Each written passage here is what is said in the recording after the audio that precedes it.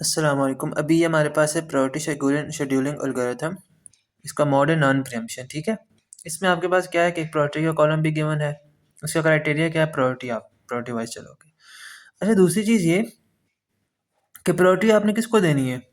अब ये चीज़ सोचने वाली है, जो सबसे बड़ा नंबर होगा पहले उसको प्रायोरिटी देंगे, या जो सबसे छोटा नंबर होगा पहले उसको प्रायोरिटी देंगे। तो ये चीज़ ना आप लोगों को मैम ने मेंशन वैसे की होगी, टीचर ने, सर ने वैसे मेंशन की होगी। अगर नहीं की होगी तो आप अपनी मर्ज़ी से कर सकते हैं। मतलब आप प्रायोरिटी को असेंडिंग वाइज भी देख सकते हैं, मतलब पहले आप उसको रखें, जो सबसे छोटी प्रायोरिटी उसको आप पहले प्रायोरिटी दे दें, मतलब वो आप उसकी हाईएस्ट समझ लें उसको।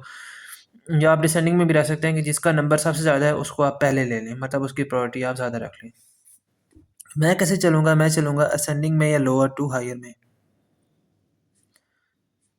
मतलब मैं किस तरह चलूँगा, जैसे देखें ना, प्रायोरिटी नंबर ये देखें 1 है, मैं इसको समझूँगा अगर मेरे पास 1 और 3 आएगा ना, तो मैं किसको मैं मतलब किसको लूँगा, 1 को लूँगा। अगर 1 और 3 मेरे पास आ जाए तो कंपैरिज़न में, तो मैं 1 को लूँगा कि 1 मेरे पास क्या है, उसको प्रायोरिटी दूँगा।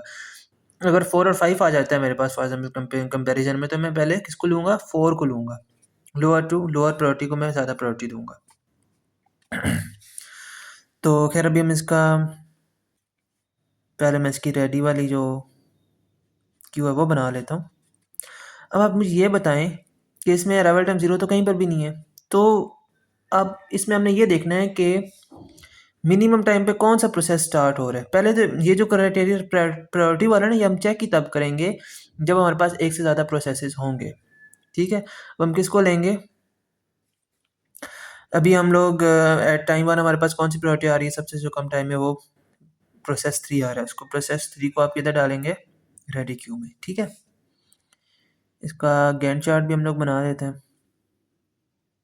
ये नॉन प्रीएम्पशन मोड है, तो इसमें आपने प्रोसेस को पूरा चलाना है। P3 कहाँ से स्टार्ट होगा? 1 से लेकर, बस टाइम कितना है इसका, 2 है, तो 1 से लेकर आप इसे 3 तक चलाएंगे। ठीक है, अब ये जो पीछे 0 से 1 जो चीज़ होती थी, वो आपके पास क्या हो जाएगा, आइडल स्टेट, मतलब उसमें CPU आइडल रहेगा आपका। ठीक है ना, क्योंकि उसमें कोई प्रोसेस अराइव नहीं हो रहा था। अब देखिए हमने 1 से 3 प्रोसेस को चला लिया, तो हमारे पास P3 पूरा एग्जीक्यूट हो गया। इसका मतलब P3 को आप टर्मिनेट कर देंगे। टर्मिनेट कर दिया। अब ये देखें कि 1 से 3 में क्या कोई प्रोसेस आया आपके पास नया? P1 आया आपके पास, P4 आया आपके पास।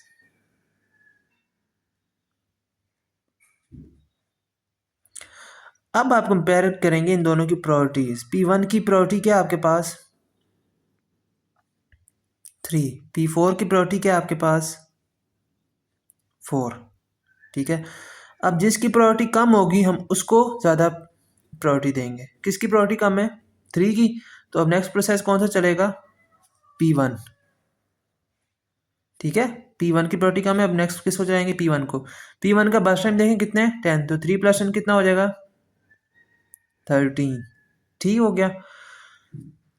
अब P1 भी हमारे पास क्या हो गया, टर्मिनेट हो जाएगा, एग्जीक्यूट हो जाएगा, टर्मिनेट हो गया पूरे का पूरा। 3 से 13 के दरमियान क्या कोई प्रोसेसेस न्यू अराइव हुए हैं? देखें, एक हमारे पास प्रोसेस अराइव हुआ है 3 से 13 के दरमियान,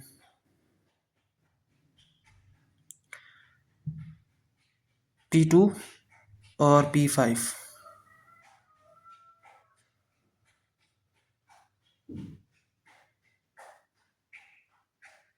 ठीक हो गया, P2 और P5 आपके पास अराइव हुआ। अब P2 की क्या प्रायोरिटी है आपके पास, 1। P5 की क्या प्रायोरिटी है आपके पास, 2। P2 की प्रायोरिटी 1, P5 की प्रायोरिटी 2। तो अब आप किसको लिखेंगे, जिसकी प्रायोरिटी कम है हम उसको ज़्यादा दे रहे हैं, उसकी ज़्यादा वैल्यू, तब हम लिखेंगे P2 को। बल्कि तीनों को कंपेयर करना है, P4 को भी, P2 को भी, P5 को भी, क्योंकि ये तीनों रेडी क्यू में फिलहाल हैं। तो किसकी प्रायोरिटी सबसे कम है, P2 की। अब P2 को चलाएंगे। P2 का बस टाइम कितना है आपके पास, 1 है। 13 + 1 कितना हो जाएगा, 14। उसके बाद कौन सा चलेगा, P5। P5 का बस टाइम कितना है आपके पास, 5। तो 14 + 5 कितना हो जाएगा, 19। पीछे एक ही प्रोसेस बचा, P4। तो P4 का बस टाइम कितना है, 1। तो 19 से लेकर 20 तक ये चल जाएगा, ठीक है। बाकी turn around time, waiting time का फार्मूला आप लोग खुद निकाल लीजिएगा, बल्कि फार्मूला मैं लिख देता हूँ। टर्न अराउंड टाइम का होता है completion time minus arrival time. Waiting time का होता है आपके पास टर्न अराउंड टाइम माइनस बस टाइम, ठीक है। चलिए मैं एक का निकाल के दिखा देता हूँ। P4 का कंप्लीशन टाइम क्या है? P4 का कंप्लीशन टाइम है 20 माइनस अराइवल टाइम। P4 का अराइवल टाइम कितना है? 2। 20 माइनस 2 कितना हो जाएगा? 18। इस तरह बाकियों को भी निकाल सकते हैं। अभी तो देखिए मैं लोअर टू हायर चला था, अगर आप हायर टू लोअर चलेंगे तो आप लोगों का गैंट चार्ट भी क्या बनेगा? डिफरेंट बनेगा, ठीक है। वो दोनों तरीकों से मतलब सिंपल है, उसमें इतना कोई इशू नहीं है।